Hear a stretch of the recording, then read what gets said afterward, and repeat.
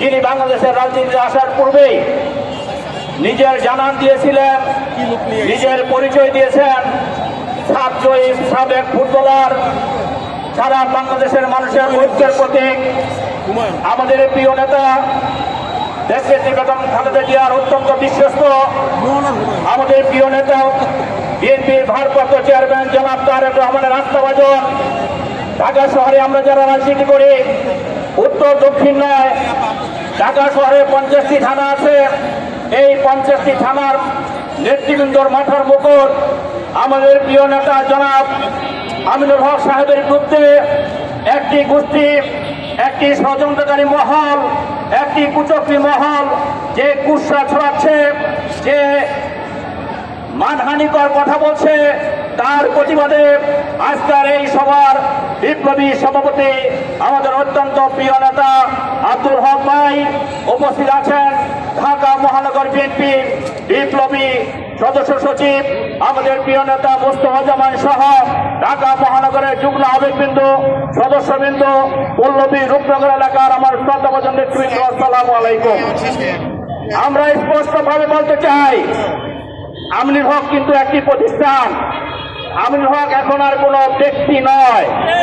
কাজেই আমিনুল হকের বিরুদ্ধে যদি কোন রকম ষড়যন্ত্র করা হয়, আমিনুল হকের বিরুদ্ধে যদি কোন রকম কুচক্রি করা হয়, আমিনুলের বিরুদ্ধে যদি মানহানিকর কোন বক্তব্য দেওয়া হয়, আমিনুল হকের বিরুদ্ধে যদি কোন মিথ্যা অপবাদ দেওয়া হয়, সারা ঢাকা শহর সহ সারা বাংলাদেশের মানুষ আজকে ফেসে উঠেছে। আমি বিশ্বাস করি যারা আমিনুল হকের বিরুদ্ধে এই অপপ্রচার করবে তাদের সমূলে নির্মূল করা সময়ের ব্যাপার মাত্র। আমরা বলতে চাই, আমাদের প্রিয় নেতা আমিনুল হকের নেতৃত্বে ঢাকা শহরে আওয়ামী লীগ মুক্ত হয়েছে। আমাদের প্রিয় নেতা আমিনুল হকের নেতৃত্বে ঢাকা শহরে ফ্যাসিবাদ মুক্ত হয়েছে। আমাদের প্রিয় নেতা আমিনুল হকের নেতৃত্বে ওই খুনি হাসিনা বাংলাদেশের মস্তক থেকে পালিয়েছে। আমরা বিশ্বাস করি পার্টির ভারপ্রাপ্ত চেয়ারম্যান জনাব তারেক রহমান যে নেতৃত্ব দিচ্ছেন সারা বাংলাদেশে, তার যে সিপাহ সালার আছে তার ভিতরে আমিনুল হক একজন এবং অন্যতম। কাজেই আমিনুল হকের বিরুদ্ধে যদি কোন রকম অপপ্রচার চালানো হয়, বিএনপির একজন নেতা কর্মীও বসে থাকবে না।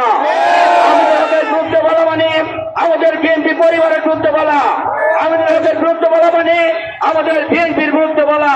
কাজেই যারা এই সমস্ত কুচক্রি করছেন, যারা ষড়যন্ত্র করছেন, ষড়যন্ত্র করে মনে করেন ওই আমিনুল হকের জনপ্রিয়তায় ঈর্ষান্বিত হয়ে যারা মনে করেন যে আপনারা যদি ফেসবুকে দু একটি কলম লেখেন, আপনারা যদি সংবাদ সম্মেলনে দু একটি কথা বলেন, আমিনুল হক মাটির নিচে নেমে যাবে। কোথায় স্বর্গে বাস করছেন?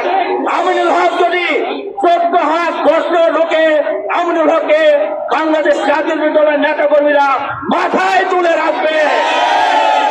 আমি বলতে চাই, ভালো কাজ করার সুযোগ দেন, ভালো কাজকে অ্যাপ্রিসিয়েট করেন। কোন ব্যক্তি যদি খারাপ করে তার বিরুদ্ধে বলবেন, বলার অধিকার সবার আছে। এখানে সাংবাদিক বাইরে আছে। আমিনুল হকের যে অবস্থান, আমিনুল হক যে ন্যায় নীতি নিয়ে কাজ করে, আমিনুল হক বিএনপির যে আস্থা নিয়ে কাজ করে, আমিনুল হকের কাছে এই ছোট ছোট ষড়যন্ত্র তুচ্ছ বলে আমি মনে করি। আমি যে ঘটনার আবির্ভাব হয়েছে সেটা বলতে চাই। 14 এপ্রিল একটি ছোট্ট ঘটনাকে কেন্দ্র করে, একটি বেগঠিত ঘটনাকে কেন্দ্র করে আপনারা যে খোলা পানিতে মাছ শিকার করতে চাচ্ছেন, সেটা অতি সত্বর আপনাদের মুখ উন্মোচিত হবে। বন্ধুরা আমার, আমরা ওই এনসিপির নামে যারা এখন ঢাকা শহরে চলে, সারা বাংলাদেশে চলে, আমি ছোট্ট একটি কথা বলে সেটা আমরা প্রমাণ দিতে চাই। আমরা পহেলা বৈশাখের প্রোগ্রামে